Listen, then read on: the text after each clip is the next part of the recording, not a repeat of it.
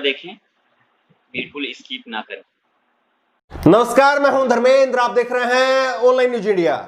देश का अन्नदाता जो सारे देश को अन्न खिलाता है, आज वो अन्नदाता दिल्ली की दहलीज पर बैठ करके अन्न त्यागने को मजबूर हो गया है।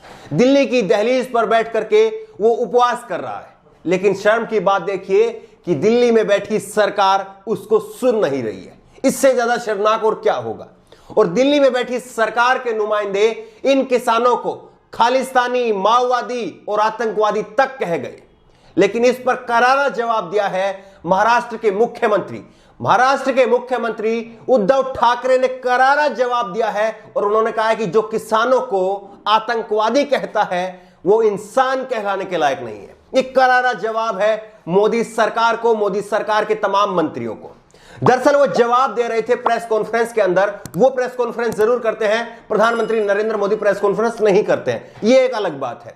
वो प्रेस कॉन्फ्रेंस कर रहे थे और प्रेस कॉन्फ्रेंस के अंदर उन्होंने जवाब दिया महाराष्ट्र के पूर्व मुख्यमंत्री देवेंद्र फडणवीस का। देवेंद्र फडणवीस ने इससे पहले कहा था कि महाराष्ट्र के अंदर अघोषित आपातकाल लगा हुआ है। देवेंद्र फडणवीस ने कहा था।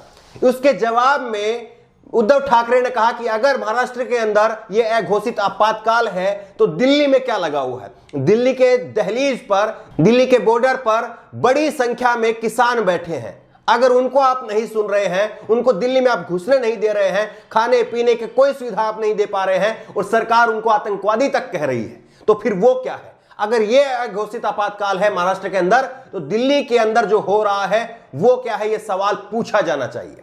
बड़ा करारा जवाब जो है वो मोदी सरकार को और मोदी की मंत्रियों को दिया है। आप खुद से सुनिए। मैंने साफ साफ कहा है, अगर देवेंद्र जी का मानना है कि महाराष्ट्र में अघोषित आणीबाणी जिसे हम कहते हैं मराठी में, उसका अमल चल रहा है, तो फिर दिल्ली में जो चल रहा है उसका वर्णन वो कैसे करेंगे।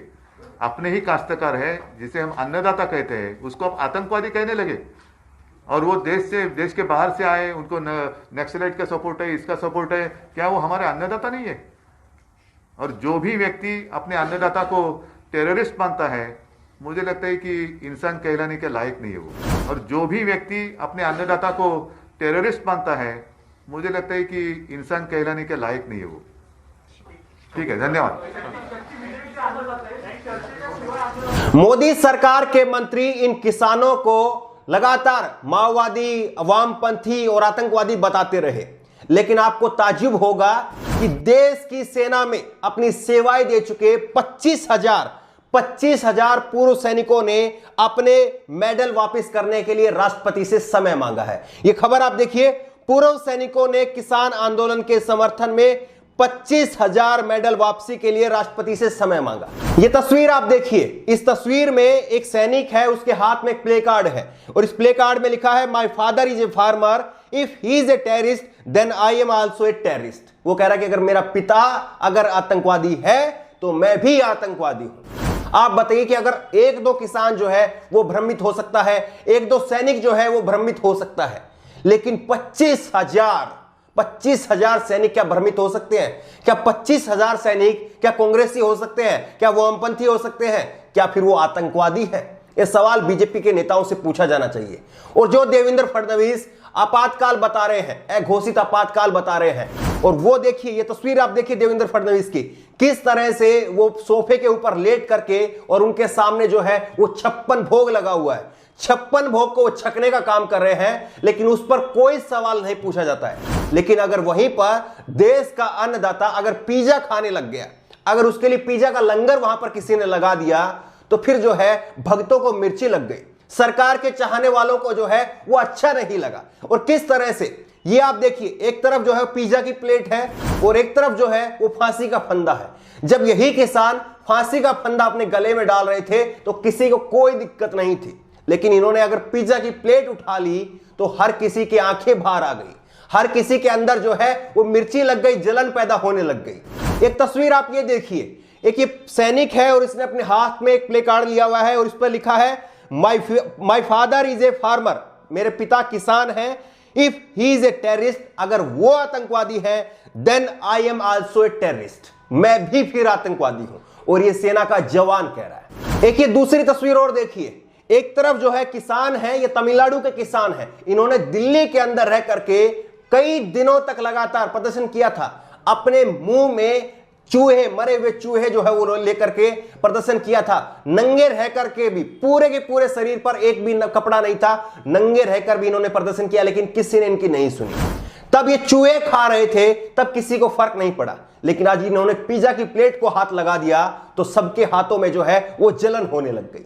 किस तरह से जो है इन लोगों की इंसानियत, इन लोगों के अंदर की जो संवेदना है बिल्कुल खत्म हो गई है, वो ये दिखाता है। दिलजीत दोसांझ ने ट्वीट किया है और ये ट्वीट करके लिखा है, farmers consuming poison was never a concern but farmer eating pizza is a news. जब फार्मर जहर खा रहा था तो किसी के लिए कोई दिक्कत नहीं थी, किसी के लिए कोई मुद्दा नहीं था, किसी को कोई फर्क नहीं पड़ रहा था, लेकिन आज वो फार्मर अगर पिज्जा खा रहा है तो वो एक नेशनल न्यूज बन गई है। ये जो है वो अपने आप में दिखाता है कि इन लोगों के अंदर की कितनी मानसिकता वो दोगली है, कितना इनके अंदर जो है वो दोगलापन भरा हुआ है, ये इस बात को दिखाता है। वहीं पर कुणाल कामरा ने एक ट्वीट किया है और उन्होंने लिखा है बॉस विद एम्प्लॉय। इन्होंने लिखा है, इन्होंने इस ट्वीट में जो है वो दिखाया है कि एक तस्वीर है जिसमें अंबानी है, उनके हाथ में चिराग है और दूसरे में मोदी जो है वो जिन बने हुए हैं। अंबानी जो है वो चिराग घिसता है, चिराग घिस करके अपनी जो है वो कोई भी डिमांड है वो रखता है, और जिन साहब जो है, मोदी साहब जो है वो पूरी डिमांड कर देते हैं। किस तरह से जो है वो सबके सामने है।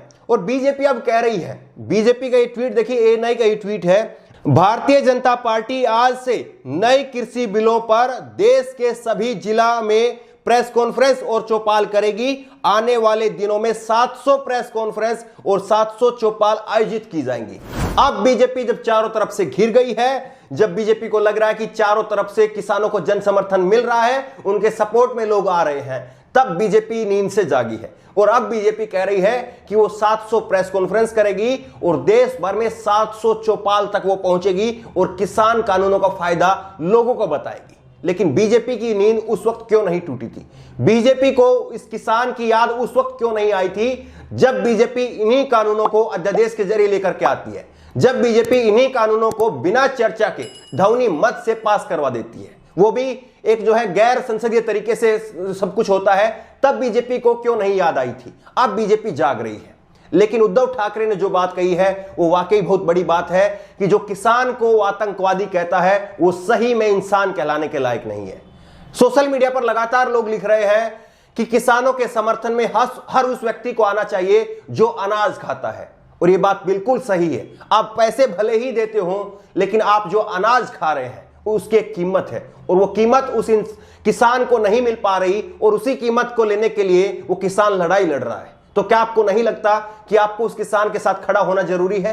या आपको लगता है कि सरकार अब भी सब कुछ सही कर रही है और किसान वाकई आतंकवादी है, और उद्धव ठाकरे ने भी जो कहा वो भी गलत है? आपकी राय क्या है? नीचे कमेंट बॉक्स में अपनी राय जरूर दें। उसी तरह